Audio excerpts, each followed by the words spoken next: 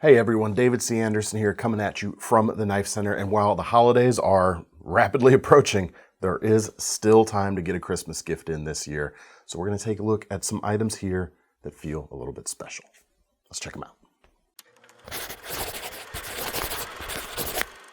All right, so maybe you're looking for a gift for someone this year who happens to be into knives, or maybe you're the one who's into knives and you like to kind of spread the word, spread the good word of the blades.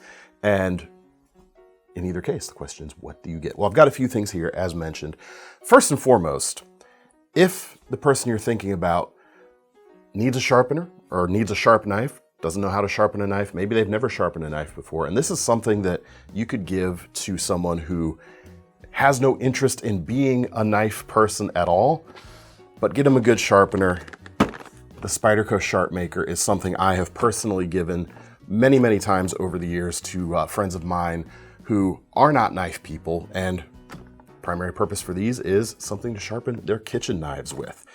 Even for someone with no sharpening training, with one of these, all of the friends I've given it to have been able to get hair shaving sharp edges on their kitchen knives. And of course it also works on all your pocket knives and scissors and stuff too, even more than just your standard stuff. We've got a video detailing how to use this, so you can always send a link to that as well when you give this gift. We'll leave a link to that probably in the corner here. But it's not the least expensive sharpener out there. It's about $89 nowadays, but it is truly foolproof, easy to use, and extremely effective as well. So that is hands down my recommendation for an easy and effective sharpener for everybody. Moving on, let's look at some knives now. Start with some things that have a bit of kind of a timeless feel, some sort of classic vibes without being, you know, an old school pocket knife per se. But we're gonna go with some wood handled, or wood inlaid at least, pocket knife options. The first is this exclusive CRKT Symmetry with Packwood inlays, which are of course a laminated stabilized material, so it's not gonna be as prone to shrinking or cracking like natural wood can. This knife here comes in at 50 bucks. It features an upgraded blade steel over the standard models. You've got D2 tool steel here. Good, very good edge retention for this price range. And like an old school pocket knife, it's not a stainless steel. It's not a true carbon steel either, quite really. It kind of rides that line. It's sort of semi-stainless. You could also read that if you're a glass half empty person as sort of semi-carbon steel. So it can develop a patina, and some folks certainly like that. But those inlays look great in the stainless steel handles, which are coated or finished black, and the gold screws there give a nice contrast black pocket clip as well. Now, sort of the claim to fame of the Symmetry, which is a Richard Rogers design, should mention, is it's very fun to play around with. It's not an old school slip joint in terms of its action. This is actually what's called a detent joint. There's a couple of detent balls on leaf sprung arms on the inside providing the retention. What that allows you to do is this. You can flip the knife open, and then if you're better than me, you can flip the knife closed too, rather rapidly when you're ready to go. You can top flip this knife with your thumb quite easily, and it's just a super clean profile, super clean looking knife. And as I mentioned before, I used the word timeless. I think this definitely applies. Next up, maybe a solid keychain knife is in order for this time of year. Check out this, another Knife Center exclusive. Lots of those on the table here this week. This is the Spyderco Ladybug, and it is small, but it is still a more premium knife. The price on it is about $70 right now on sale. It features a very high-tech blade. It is laminated, so you've got two outer layers, which are comprised of a stainless material and an inner core, which is a powder metallurgy tool steel here. Very tough, which is good on a small knife like this, which may every once in a while be asked to perform bigger cuts than its size might lend it to, in which case that extra toughness is going to be handy. Also holds an edge quite a long time. Also, however, not stainless, and it will patina a bit over time, and that is going to be something I always think looks fantastic next to the Packwood handle scales that you've got on this knife. Very, very cool look. Despite the small size, however, it is easy to hold on to. It's got a 2.5 finger grip, but pretty prominent grooves. There is enough there so it doesn't feel like it's going to slip out of your hand. You may not feel confident, breaking down pallets with it. I certainly wouldn't, but keep in mind the size you're dealing with here. It's a sub 2-inch blade. It's just something that's super handy, whether on your keychain, in that little 5th pocket in a pair of blue jeans, in a purse or handbag for some of the women in your life. Fantastic option right here. Next up, a larger, more premium knife, the Karbon Ahoy. That's Karbon with a K, I always have to mention, because this is a Ken Onion brand and a Ken Onion design as well. This is, jumping way up into the super premium, or maybe not super premium, but the foot planted firmly in premium territory anyway at about $350. This is made by Riot for the Karbon brand, which is to say you've got world-class construction and fit and finish. Just over 3 inches on the blade. This is essentially a big fattened up spear point Barlow with desert ironwood handle scales. Very cool natural material. No two are going to be the same. And just like natural materials on old school Barlows, you've got that vibe here, only, like I said, fattened up and a little more sturdy too, thanks to the frame lock here on the back. Like old school Barlows too, this is built to work hard. The lockup is strong. The M390 steel here is going to hold an edge a very long time, and it is a stainless option. The first stainless option, or truly stainless option we've looked at so far. Great performance out of this knife. That is a really nice looking piece of desert ironwood. They're not always this kind of bright and warm. Sometimes they're a bit darker, but that's just kind of the roll of the dice and the fun of, what's the word? Discovery. We'll go with that. We've got a milled pocket clip here on the back, milled backspacer with a lanyard point there. Let's check out the action, shall we? Ball bearings are fitted in the pivot here, and with the small flipper tab, you're gonna get very, very nice action. I love it. Full flat grind of the blade, enough strength there due to the thickness, but the geometry is still gonna cut really well. That spear point shape is gonna do just about anything. Next two knives, actually, we're gonna stay in that, that premium high-end range before reeling it back a little bit for some more affordable stuff. This here is the Boker Urban Barlow, a Brad Zinker design, and the blade steel here is even more exotic than the M390 we just looked at. This is K390. It differs from M390 in that there's a K in front instead of an M. No, what really is going on here is edge retention, super high. Should be higher than the M390.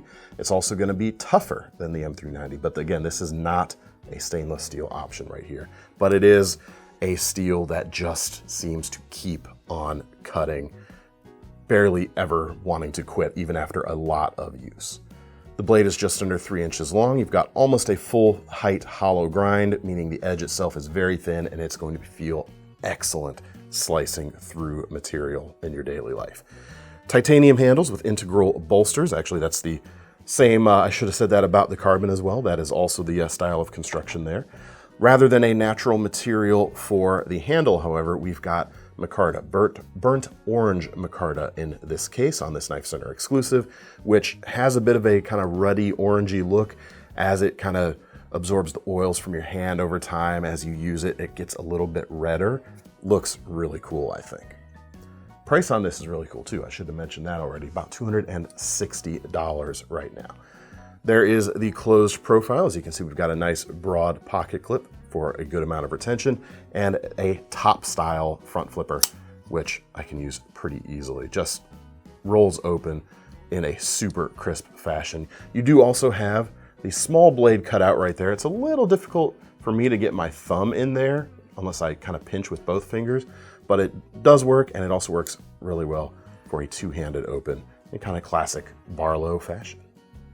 Next up, and even more exotic in the blade material, we have the Sandrin Monza, an Italian-made knife, and the blade here is not even steel. This is a polyhedral tungsten carbide, a proprietary mix from Sandrin that kind of gets around the brittleness problem that a lot of carbide materials can have. This is not nearly as brittle as those other materials. It has enough strength or enough durability to stand up to use in a pocket knife.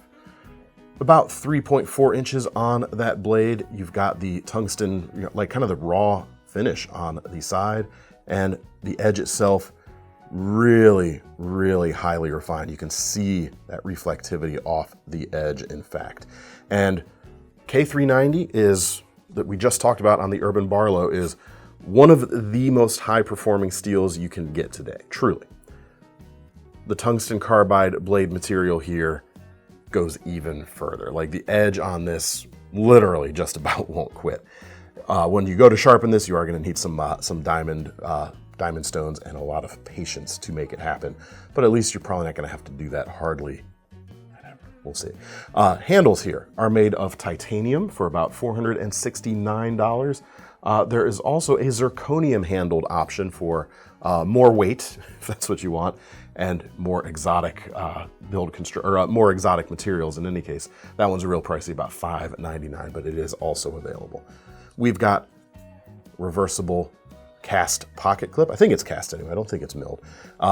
Inset into the titanium handles. It is reversible. In fact, the whole knife works well left or right-handed because we've got the Snex style back lock, or lock, not a back lock, the Snex style lock on the back of the knife here, which is ambidextrous. It's finger safe because your fingers never cross the path of the blade, and you can just let it fall shut like that when you're ready to pocket the knife. And when you're ready to launch the knife, you can do the same thing in reverse, pull the lock back, sling it out like so, or just use those thumb studs and get right to cutting.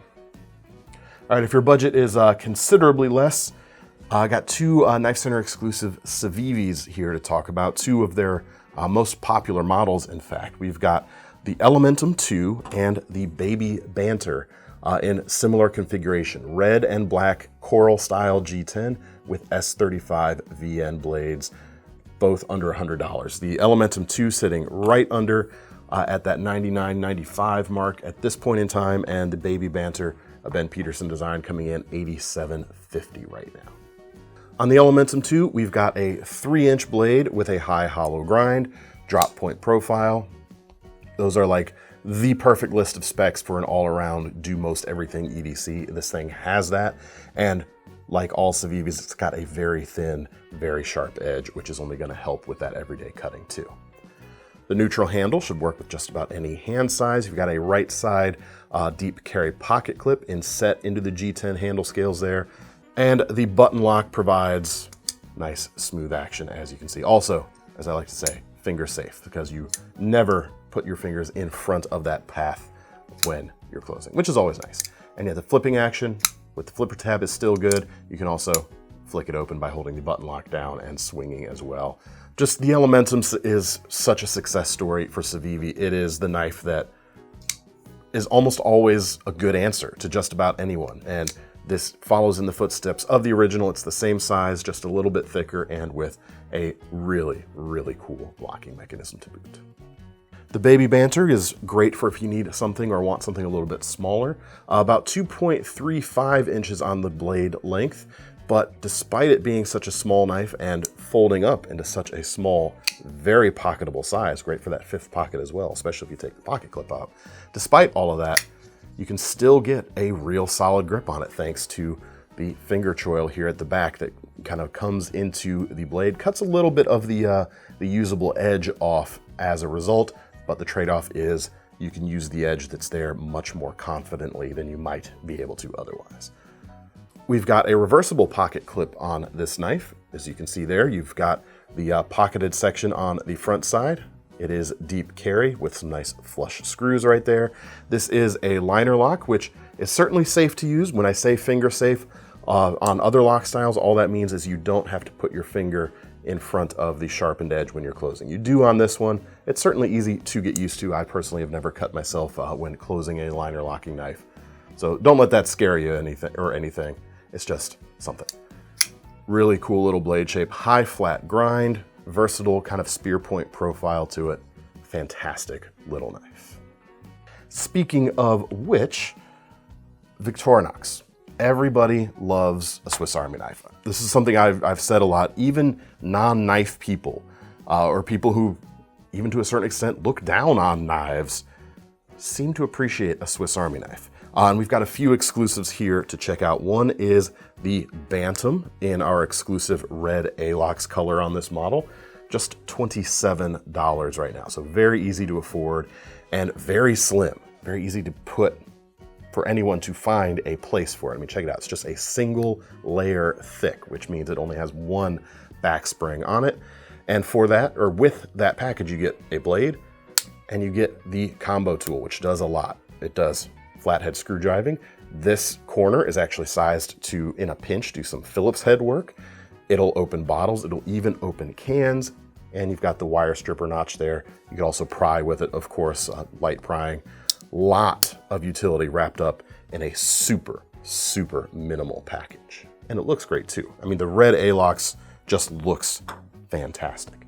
Moving up a little bit from there, we've got same red A-Lox scales, KnifeCenter exclusive on the Pioneer X, which has a bigger, more robust blade. You've also got a awl / scraper right there.